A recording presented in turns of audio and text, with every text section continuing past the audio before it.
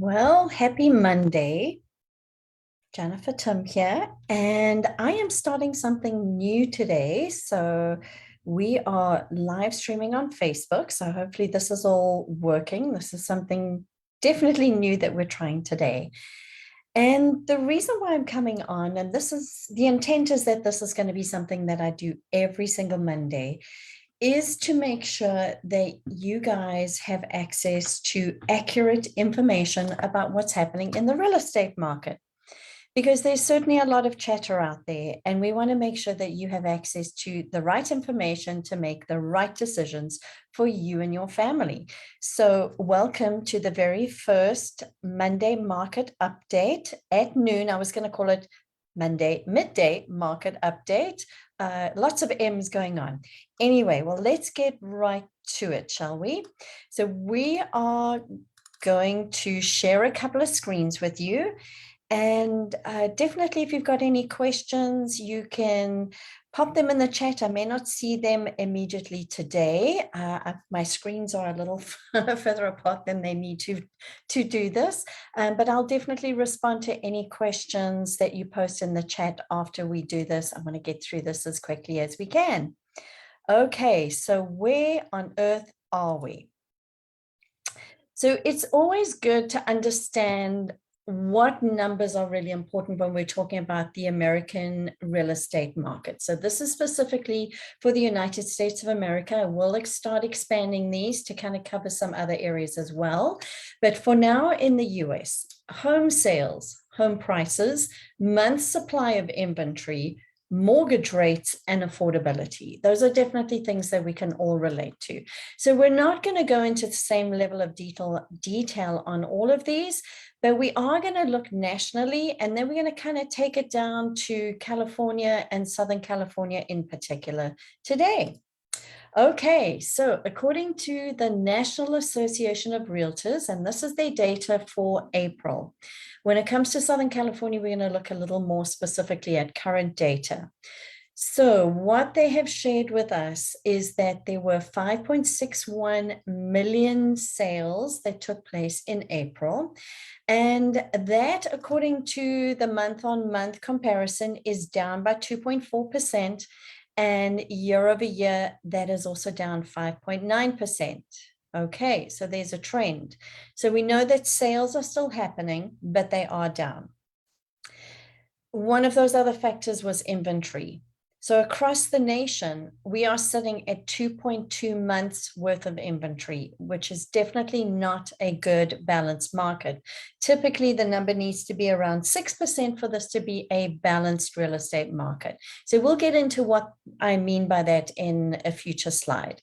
And that has decreased from April, according to National Association of Realtors, which in April, it was 2.3 months worth of inventory. Another thing we look at is what is that median sales price? So what's actually happening out there? So currently across the nation, now again, this is not Southern California, across the nation, that has increased year over year by 14.8%. So the median sales price across the United States is $391,200. Okay, so got that national picture where sales are happening, but we're down, inventory is down, sales price is up. So what does that really mean? Okay, so let's look again at some of the other economic factors nationally. And this information came from one of the lenders who sends me some wonderful information, and this was from an email received this morning. So retail sales. So what are we doing with our money that we have? Slight increase in April. So we are out there spending money. That's for sure. I think we all can relate to that. We've come out of COVID. We've got a little bit of income. People are working and we want to spend it. Mortgage application submissions fell by 11%. So that means that is down. That means that buyers are not really they're not really out there looking for homes to buy right now. Refinances have also decreased by 10%. So we'll talk a little more about that in an upcoming slide. Building permits. So this is really important. We need to know to meet demand that builders are actually building properties at that entry level. And what we're seeing is that there is a decrease in those building permits. So a couple of reasons for that we know of. Obviously, we've got supply issues, so supply chain issues. So the cost of building a property has gone up. Now that's concerning because we do need to kind of think about this. So when we have entry-level homes, we have those renters who then move into that entry level. Those entry-level homeowners are then ready to move up to that next level. So when we eliminate this entry level, we kind of eliminate that pushing others up and out. And then also right at the top, you tend to have those who are ready to downsize. So you've kind of been through that natural progression. You've got a larger and larger home, depending on your lifestyle needs, family size, etc. And then you get to the point where you're ready to sell and you're ready to kind of downsize back down into that smaller property. Well, if those smaller properties are not being built and people are stuck there, then you've kind of got that situation as well. One right at the bottom, that's what we've talked about already, that home sales fell by 2.4%. So that is definitely a concern, and that is something that we are going to look into. Okay, so a really, really important factor in all of this is the interest rate. Basically, what we have seen is if we look at this graph over here, and a lot of the graphs that I'm going to show you come from reports on housing. So this is an economist in Southern California, Stephen Thomas. He specializes in real estate. He's got a YouTube channel. You definitely want to check him out. And he gives us an update. I basically an update every week on Facebook. And then we get a report as well with a lot more information. So now if we have a look at those interest rates, we have done a dramatic increase. So we're kind of sitting around about that sort of low fives at the moment. And the issue is that we kind of started out below 3% at the beginning of the year. That is a dramatic increase in a very short period of time. So there we can see kind of where we've suddenly shot up. Now, obviously that causes some concern with buyers who say, well, gosh, where's this going to end? Well, you know, that's in the hands of the feds. There are those who feel that we're going to go up a little more, others who don't. I'm not going to speak to that other than the fact that we are tracking it and we'll keep you updated. But I certainly can't account for what is happening in that area. That's why we partner with amazing people like Stephen Thomas to make sure we get the right information. But let's truly put that into perspective. So we're sitting around about that between 5 and 5 point, it looks like 3.6 at the moment. But where have we been historically? Can you believe that in 1982, interest rates were at 16%? So when we kind of think about where we are now, which is just below this kind of range where this is where it could get to for sure this year, you know, we started out at the end of 21 way down here. We're now kind of just below this. It could go a lot higher, but it's probably not going to do that. That was 1982. So it just kind of puts it in perspective that this cyclical kind of up and down of mortgage rates is what we expect. And it's the way that the feds kind of help control what's going on in housing and a couple of other things. So we're still looking historically really good for interest rates, not a major cause for concern. But what that does do, what those increased mortgage rates do, is it definitely impacts your monthly amount of money that you have available to spend on your mortgage payment. So if we have a look at kind of where we were, so say at the beginning of the year, and you were buying a $1 million value home, and this is based on a 10% down payment. So you would start out in January, around about $3,794 would be your monthly repayment. And your payment includes the principal and interest only. So we're not looking at all those other things. as we get higher and higher, you can see how that increases. So definitely affordability is something that a lot of buyers are kind of checking in with. And that's always why we say to buyers, what is your monthly budget that you have available to spend on a home? And that is definitely influencing today's buyers.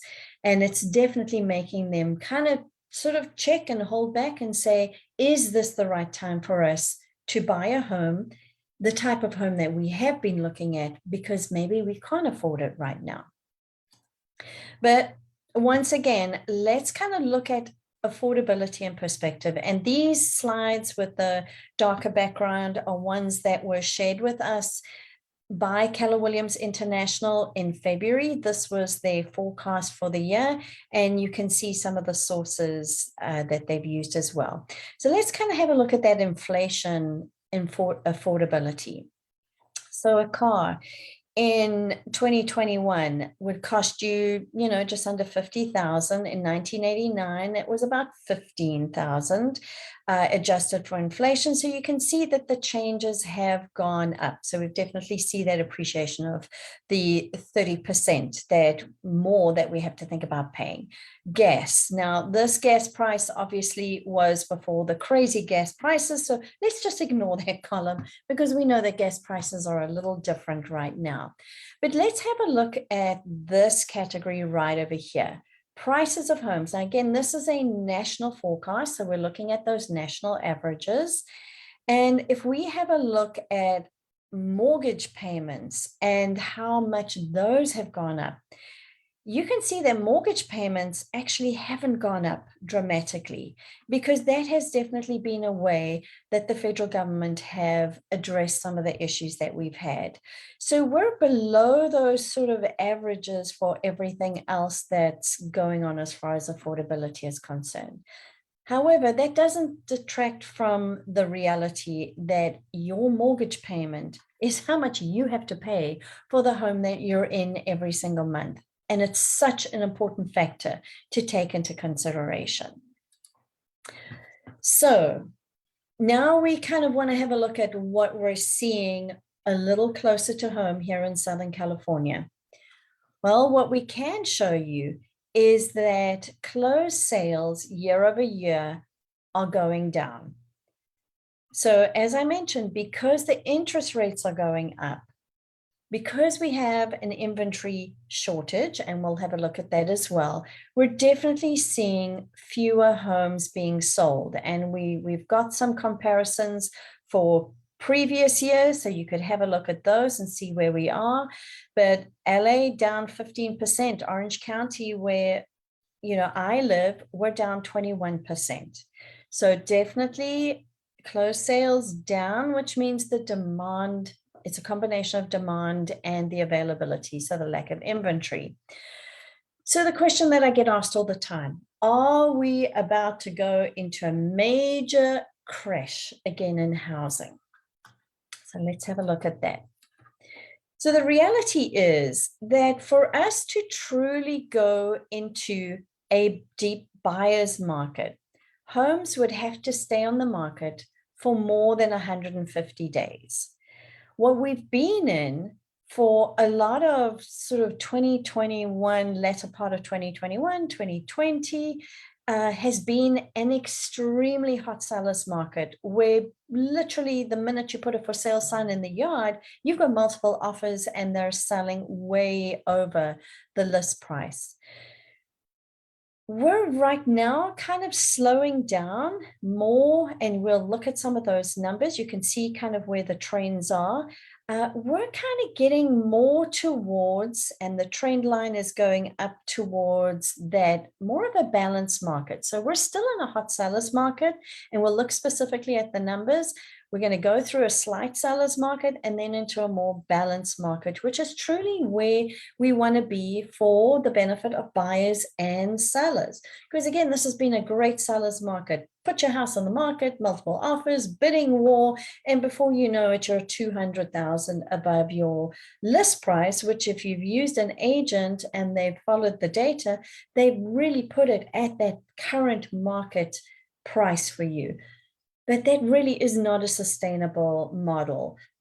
You can't have appreciation that we saw last year at about 20% of values appreciating. That is not sustainable. So we really needed to see this adjustment, and we are truly seeing it. And that is a direct result of those interest rates that are being raised. So are we going to see a major housing crash? None of the factors point to that at this point. None of the experts are saying that. So where are we as far as how fast homes are selling in Southern California right now?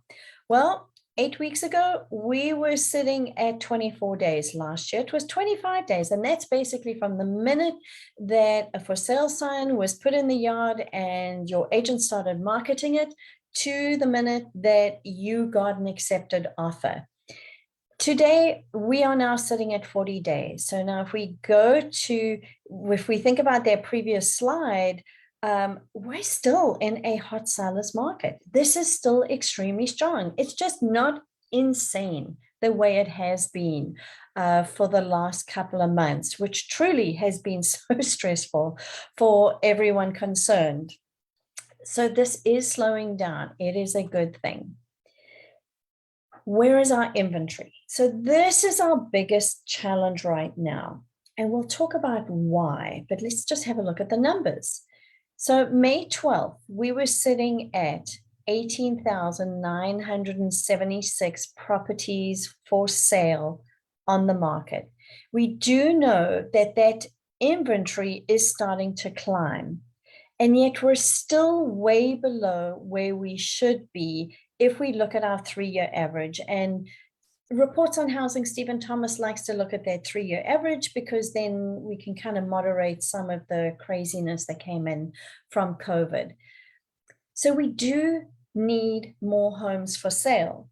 Why are sellers not selling their homes? Well, they're having a look at those interest rates and they're saying, well, okay, so if I sold my home and I had to finance a new purchase, I'm going to have to pay more than I'm currently doing. Like many of us, I mean, ourselves included, we refinanced when that interest rate got down to the twos. I mean, who didn't?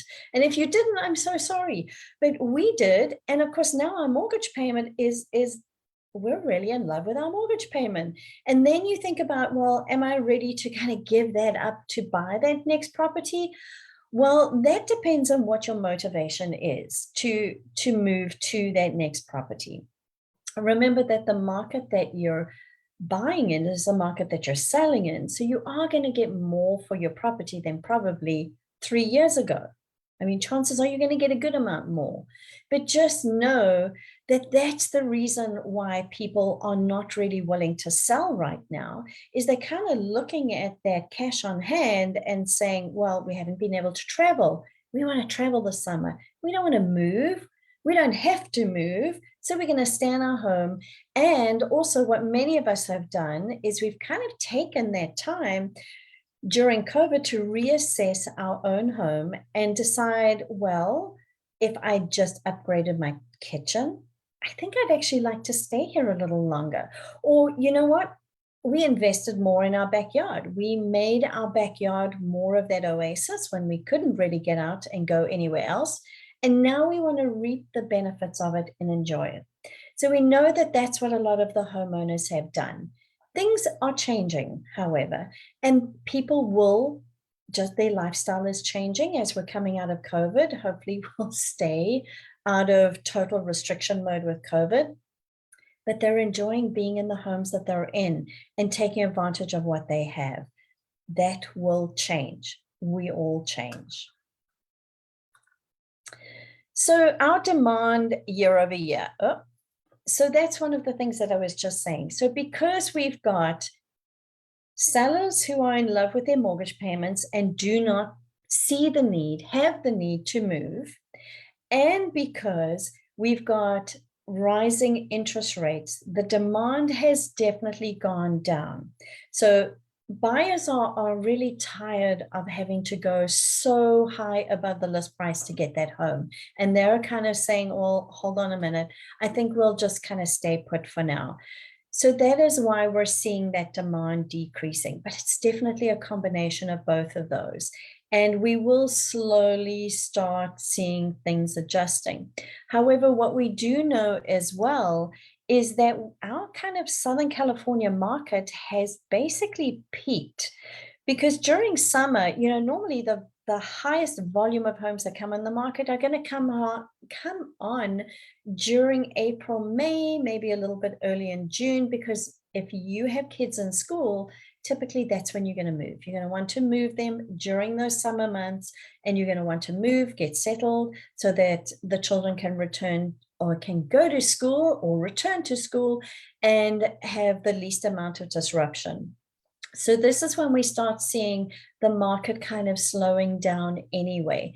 So that decrease in demand is kind of what we always see. So you can see it in every single year that we're tracking over here. We kind of peaked a little early, and now we're kind of in that slow decline. Does that mean that no one is going to sell and no one's going to buy? Obviously not. When you have a need to buy or sell a home, that need exists. And again, so long as you're hiring the right person to guide you through so that you truly understand what's happening with the market, you are going to have a successful transaction.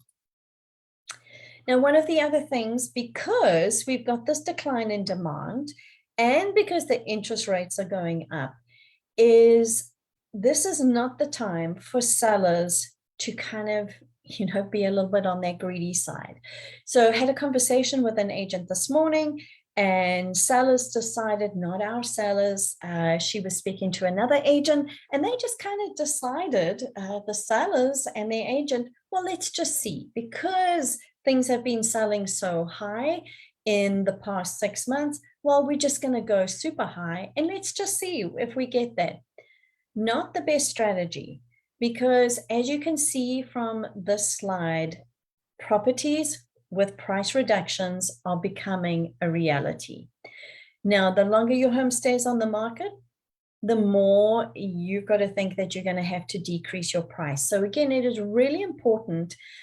We use a term in our business, so at the Welcome Home Global Group, is we really believe in advising our clients, our sellers, to price ahead of the market.